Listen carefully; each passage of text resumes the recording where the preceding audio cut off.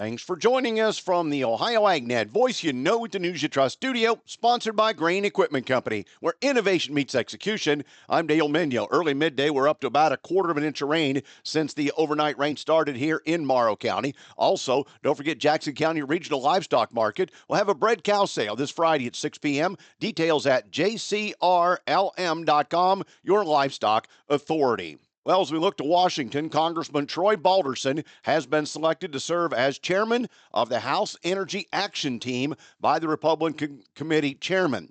HEAT, as it's called, was founded in 2011 by Majority Leader then. It's a coalition of House Republicans tasked with championing and promoting common sense, America First energy policy priorities. This includes initiatives to unleash affordable, reliable American energy, strengthen U.S. national security, and bring down costs for consumers. And Congressman Randy Weber will serve as vice chair. Also out of Washington, Congress appeared to reach an agreement on the year-end spending deal that includes $10 billion in economic aid to farmers and reportedly provides ethanol producers the opportunity to sell E15 year-round nationally. House Speaker Mike Johnson said the economic aid to farmers is important. He also mentioned the number of people who had pressed Congress to act in the past few days. I think the people involved understand and that it sends a signal to lenders and creditors that Congress will not abandon our food producers, Johnson said. Today's weather brought to you by Seed Consultants. Simply better performance online at seedconsultants.com. Here's the forecast. Moisture holding on here across the Buckeye State for the rest of your Wednesday. I'm Chief Meteorologist Ryan Martin. Quick forecast update for you. We've got a weather system that's mostly being impacted by the advance of cold air out of Canada and the north. So it's ringing out decent-sized rain showers over central and southern parts of Ohio here for the rest of this afternoon. And I won't even rule out moisture up into northeast Ohio. Well, that's where it could mix with some wet snowflakes as cold air advances. Well, this is all done as we move through the evening and into the early overnight. I think we clear out by daybreak tomorrow morning, and we are partly to mostly sunny for all of Thursday. All cold, though. Moving into Friday, we have a weather system coming through. Chance of light snow and flurry action. It's a clipper system. Puts down more of its snow in the Great Lakes than down here, but I think snow is around all day Friday before drying down and chilling down for the weekend. I'm Ryan Martin. And thanks, Ryan. And yesterday, the U.S. Department of Agriculture's Animal Plant Health Inspection Service announced a second round of states coming on board as part of its national milk testing strategy that was launched back on December 6th, and which requires that raw, unpasteurized milk samples nationwide be collected and shared with USDA for testing. As of this announcement, the following 7 states will be included in the second round of states to be brought into this testing strategy. They include Indiana, Maryland, Montana, New York, Ohio, Vermont, and Washington.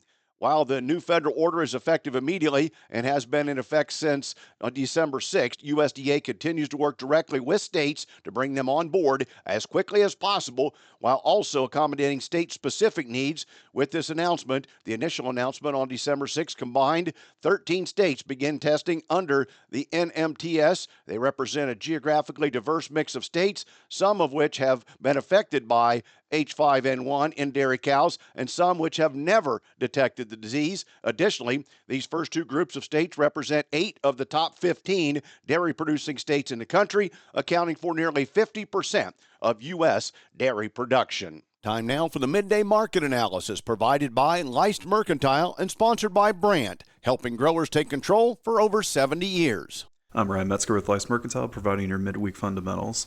The soybean complex is down sharply this week and can be attributed to several factors. Global vegetable oil prices are lower due to growing demand concerns, while global soy meal values are also trending lower due to added pressure of higher crush capacity and less mouths to feed. We have an extremely strong U.S. dollar that makes U.S. exports more costly to buyers.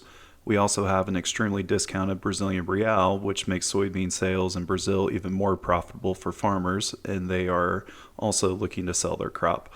South American weather continues to be favorable and crop supportive, which is looking to once again lead to potential record-breaking production. U.S. prices are moving lower to attract more export demand ahead of Brazil's harvest and before Trump can come into office, where he will likely levy tariffs against all of our trading partners. And finally, we lack a biofuel policy, as the Biden administration may or may not put forth guidance on 45Z in January, but ultimately it doesn't matter if they put a policy forth or not because it is unknown what the Trump administration will do once he gets into office.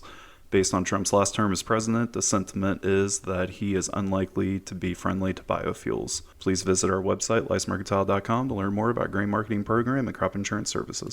And thanks, Ryan. Today's market is brought to you by Seed Consultants. Simply better performance online at seedconsultants.com. On the Chicago Board of Trade, March corn unchanged, 443.5. December new crop down 3/4 at 437 3/4. January beans down 14 1/4 at 962.5. November down 14.5 at 974 1/4 cent. July new crop wheat up a nickel at 566 1/4. December cattle down 30, 191.95. February lean hogs up 7 cents at 83.27. Thanks for joining us. This is the Ohio AgNet.